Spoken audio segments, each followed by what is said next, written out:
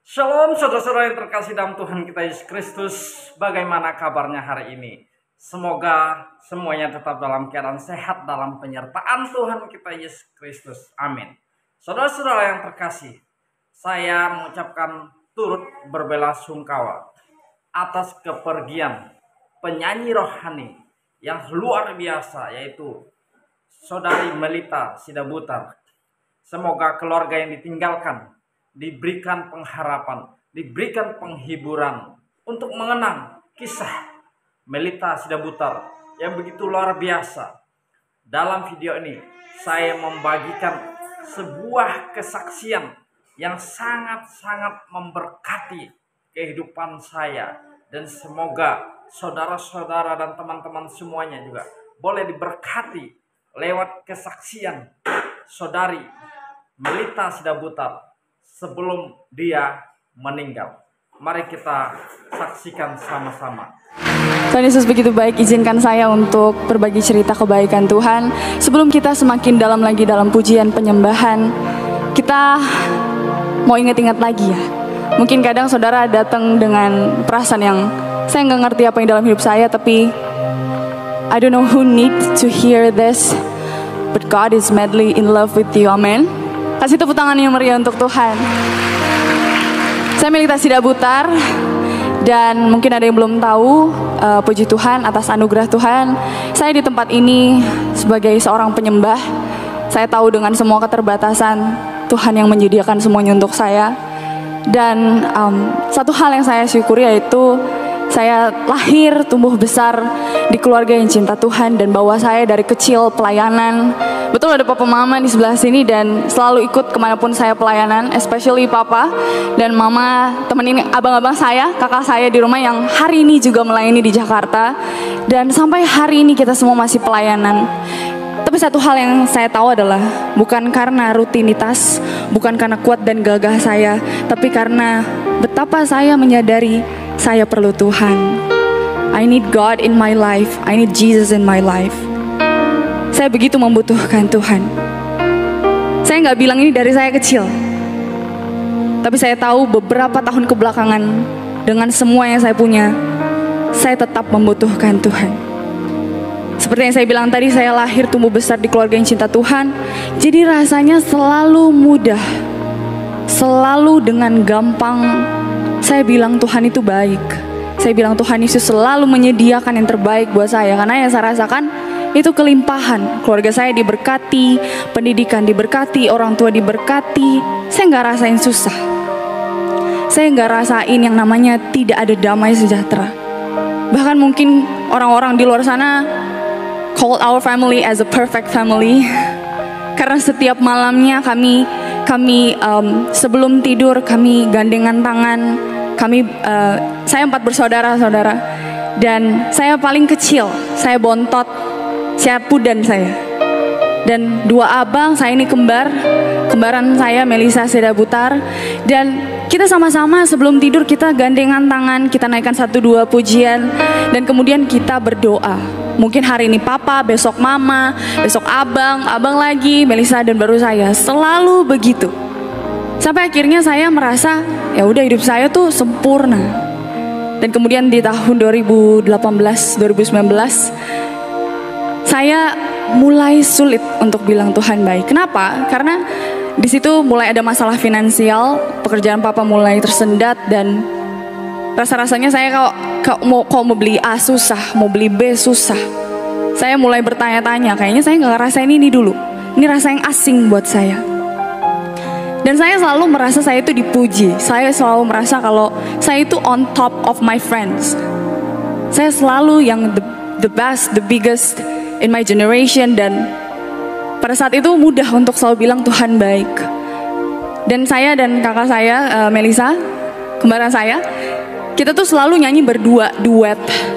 Dan saya tahu saya nggak bisa nyanyi sendiri karena saya gugupan, saya nggak pede untuk nyanyi sendiri. Dan saat itu ya saya ngerasa komplit aja untuk jalanin. Sampai akhirnya di tahun itu saya merasa kayak oh yaudah, saya nggak punya uang, saya sulit untuk membeli apapun, tapi saya masih punya keluarga yang utuh, so it's okay lah. Tuhan tetap baik. Dan kemudian di tahun 2019, di tahun yang seharusnya saya ambil kuliah, waktu itu udah sempat tapi begitu banyak cara yang mungkin jadinya nggak jadi gitu ya. Akhirnya saya nggak bisa kuliah. Masalah finansial pertama, kemudian kami sekeluarga ditipu orang. Mungkin nggak belasan juta, nggak puluhan juta, nggak ratusan juta, miliaran.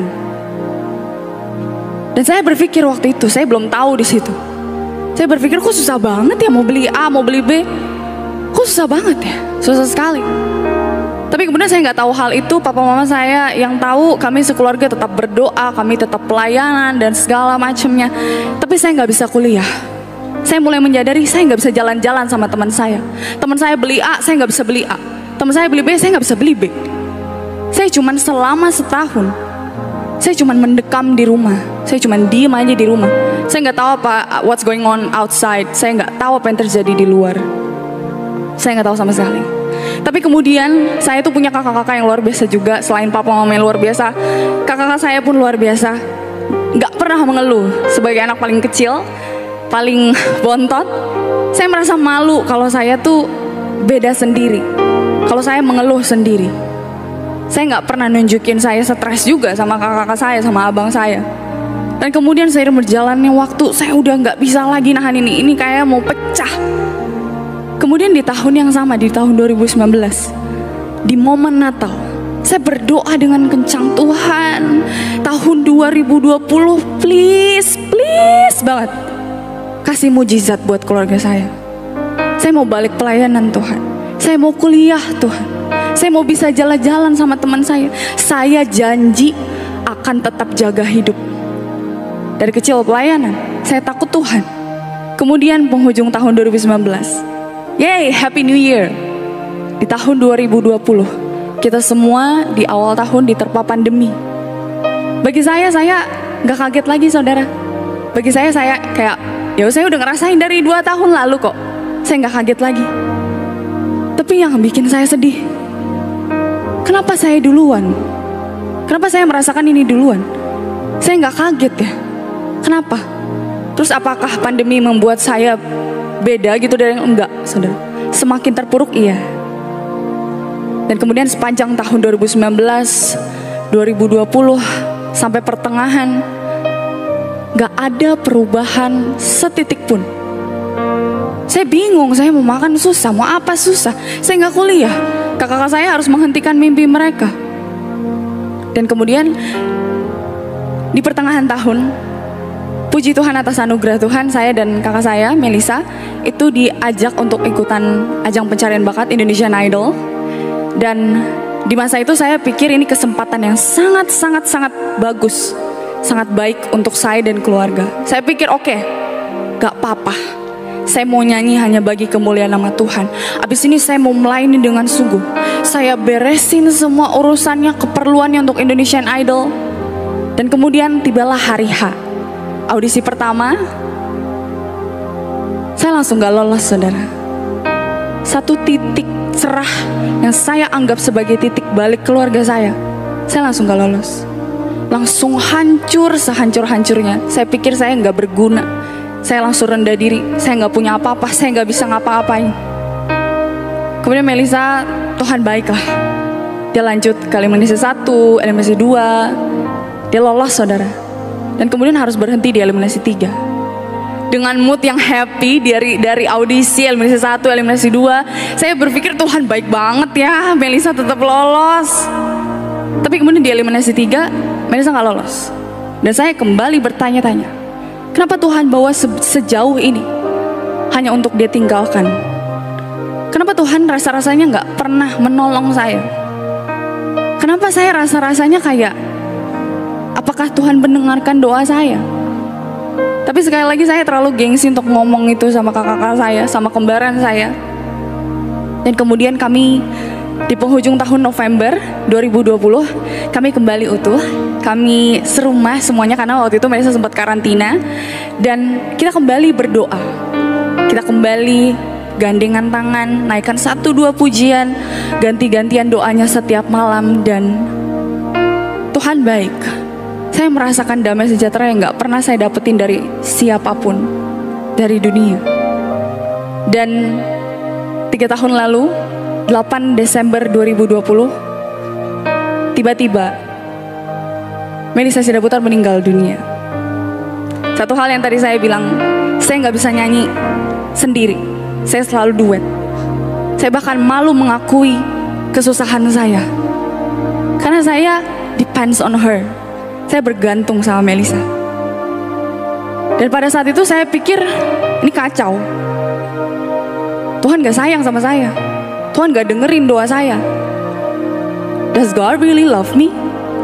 Apakah Tuhan benar-benar mencintai saya? Di momen Natal 3 tahun lalu saya berpikir, apakah Tuhan benar-benar mati buat saya? Atau bukan saya? Tapi kembali, Tuhan begitu baik.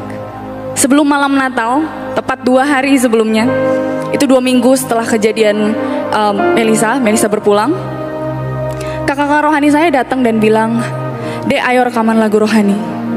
As I mentioned before, saya nggak pernah nyanyi sendiri.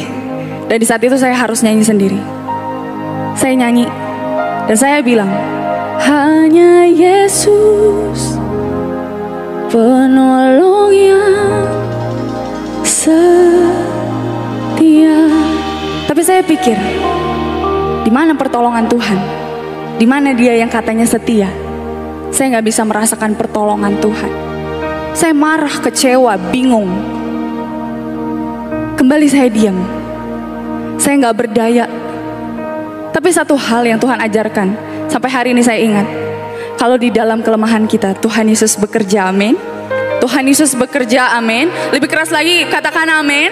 Kasih tepuk tangan yang meriah untuk Tuhan kita. Apakah setelah saya menyanyikan lagu itu, 1 bulan kemudian, 2 bulan kemudian, hidup saya diubahkan? Tidak. 6 bulan kemudian, 1 tahun kemudian, enggak. Bahkan bertahun-tahun kemudian, sedikit demi sedikit, Tuhan nyatakan bahwa Dia Tuhan yang setia. Mungkin gak mudah rasanya saudara datang ke sini dengan membawa bebanmu. Tapi saya mau bilang, tetap kejar Tuhan Yesus. Karena di dalam kelemahanmu Tuhan Yesus bekerja. Saya gak tahu apa yang saudara rasakan, dan saudara gak tahu apa yang saya rasakan. Tapi ada satu pribadi yang mengetahui apapun yang kita rasakan, amin. Dan di masa-masa itu, saya berpikir, kapan ya Tuhan, saya udah nyanyi selama setahun kok gak berubah juga. Saya bilang tadi ada masalah finansial, dan sampai hari ini Tuhan menyediakan keperluan keluarga kami. Kasih tepuk tangan yang meriah untuk Tuhan kita. Bukan karena kuat dan gagah kami, bukan karena kuat dan gagah papa, mama, abang-abang saya dan saya, bukan. Tapi karena Tuhan nyatakan, ini aku mendengarkan kamu, ini aku selalu setia bersama dengan engkau. Dan atas anugerah Tuhan, satu lagu yang nanti akan kita nyanyikan juga, sampaikan pada Yesus. Kalau saya ingat-ingat lagu ini saudara, ini lagu yang waktu SMP saya ciptakan sama Melisa. Dan di masa-masa itu rasanya saya lagi gak susah sih.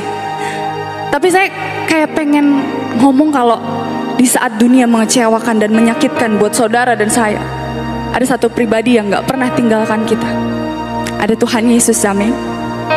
Karena ada Dia, ada Tuhan Yesus. Kalau saya mengingat kembali di titik ini, saya tahu itu Tuhan yang ngomong sama saya dan kembaran saya. Bukan cuma untuk memberkati saya, tetapi memberkati setiap anak-anak Tuhan. Dan pada masa-masa momen Natal ini, saya cuma mau bilang, seperti firman Tuhan yang tadi sudah disampaikan, Tuhan Yesus, God is madly in love with you and me. Karena Tuhan sebegitu cintanya sama saudara dan saya. Atas anugerah Tuhan, saya yang gak bisa nyanyi sendiri, saya yang gak bisa rekaman sendiri, saya gak pede nyanyi sendiri. Bahkan sampai hari ini saya masih gemeteran, harus dipegangin papa mama dulu. November lalu saudara, lagu single terbaru tahun ini, mengucap syukur, menang AMI Awards. Menang AMI Awards sebagai produksi lagu Nasrani terbaik. Sekali lagi bukan karena kuat dan gagah saya, bukan karena kuat dan gagah manusia. Secara manusia saya gak mungkin menang. Tapi karena Tuhan bekerja di dalam kelemahan setiap kita. Kasih senggol kanan kirimu, bilang Tuhan Yesus setia. God is faithful. Amin. Amin. Yang percaya Tuhan setia bisa lambaikan tangannya. Kasih tepuk tangan yang meriah untuk Tuhan kita. Sama-sama kita. Amin. Kiranya Tuhan memberkati kehidupan kita semuanya. Selagi kita hidup, selagi kita diberikan kesempatan, mari kita terus melayani Tuhan. Maka ketika kita sudah dipanggil Tuhan, kehidupan kita boleh menjadi berkat. Tuhan memberkati kita semuanya. Shalom.